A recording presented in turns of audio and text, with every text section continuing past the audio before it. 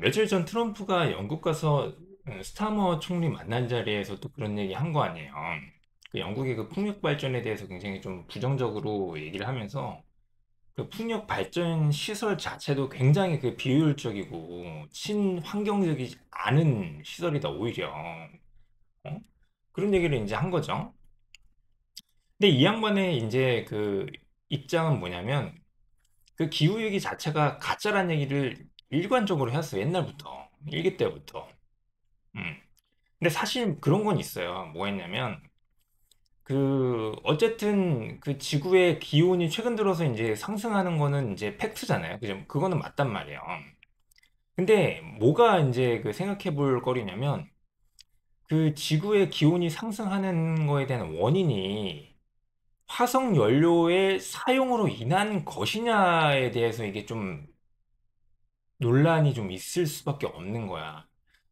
그러니까는 다시 말하면, 이 인류가 화석 연료를 그 많이 사용해서 기온이 오른 것인지 아니면은 어쨌든 간에 그 지구의 그 기온이라는 것은 주기적으로 이제 등락을 반복하니까 그 기온이 올라가는 시기와 인류가 화석 연료를 많이 사용하게 된 시기하고 우연히 이것이 그 겹친 것인지 그거를 사실 알기가 어렵다는 거죠.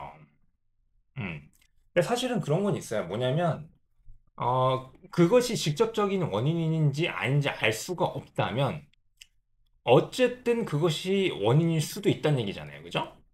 그러니까 인류 입장에서는, 화석 연료에 대한 사용을, 조금은 이게 좀 그, 자제를 하는 것이 필요한 조치일 수도 있는 겁니다. 사실. 만약에 그게, 맞는 거라면, 그것이 원인일 수도 있는 거잖아요. 사실. 그러니까 인류 입장에서는 그런 것들을 할 수 있는 것들을 하는 것이 사실 맞는 건데, 근데 어쨌든 간에 이 양반은 뭐 여러 가지 이제 뭐 정치적인 그런 고려도 있겠지만 항상 이제 그러니까 주구장창 이제 그런 얘기를 해온 거 아니에요. 음. 일기 때부터 그랬어요. 일기 때부터 그리고 최근에도 그리고 이제 그 2기 때도 이제 계속 그런 뭐 논지의 발언을 계속 해왔고. 근데 그러니까는 어 이제 뭐 전 세계 각국에서 거기에 대한 어떤 그 화석 연료에 대한 그런 사용을 자제하고 재생에너지, 뭐 신재생 에너지를 뭐 장려를 해서 지구의 어떤 환경을 좀 더 개선하는데 노력을 이제 하려는 분위기가 이제 있는 가운데서 사실은 이제 미국의 그 트럼프 대통령이 그런 발언을 하니까 사실은 일정 정도 거기에 조금 그 탄력을 받는데 조금 이게 제동이 걸린 거 아니에요. 음. 근데 좀 앞으로 흥미롭게 지켜봐야 되는 거는 뭐냐면 이게 그 최근 그 뭐 이제 특히나 이제 몇 년 사이에 올해도 마찬가지고 전 세계적으로 아주 저기 엄청난 지금 폭염 현상이 뭐 이렇게 일어나고 있는 거 아니에요? 유럽도 마찬가지고 우리나라도 그렇고 우리나라도 올해 굉장히 지금 그 엄청 덥잖아요 지금. 음. 근데 이런 현상이 계속 되다 보면 이게 그 트럼프 대통령이 지금까지 줄곧 그 견제했던 그 입장을 어, 유지할 수 있을 거냐.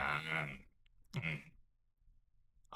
그게 그렇게 됐을 때 나중에 이제 이 환경이가 계속 환경에 대한 어떤 우려가 계속해서 이제 그 점증을 하는 상황에서 그 미국 국내의 어떤 그 정치적인 그 지형 하에서 그 화석 연료에 대한 부정적인 그 입장을 그 나타내는 그런 그 진영의 그 목소리라는 게 굉장히 강도와 범위 면에서 지금보다 훨씬 더 강해질 수가 있는 거 아니에요, 그죠? 그렇게 됐을 때 트럼프 대통령이 자기의 정치적인 입장을 고려했을 때 자기의 어떤 그런 그 기존의 입장을 바꿀 여지가 있을 수 있다는 거죠, 이게. 음. 그러면 이게 그러면은 그 세계에서 어쨌든 현재까지 가장 그 강한 영향력을 발휘하고 있는 그 미국이란 나라의 어떤 전반적인 기조가 만약 바뀌는 상황이 오면 이 신재생 에너지에 대한 어떤 그런 지금까지의 어떤 흐름이라는 것이 다시 한번 굉장히 큰 탄력을 받고 모멘텀을 받을 수가 있는 것이다. 어, 그런 생각을 좀 하게 됩니다. 예.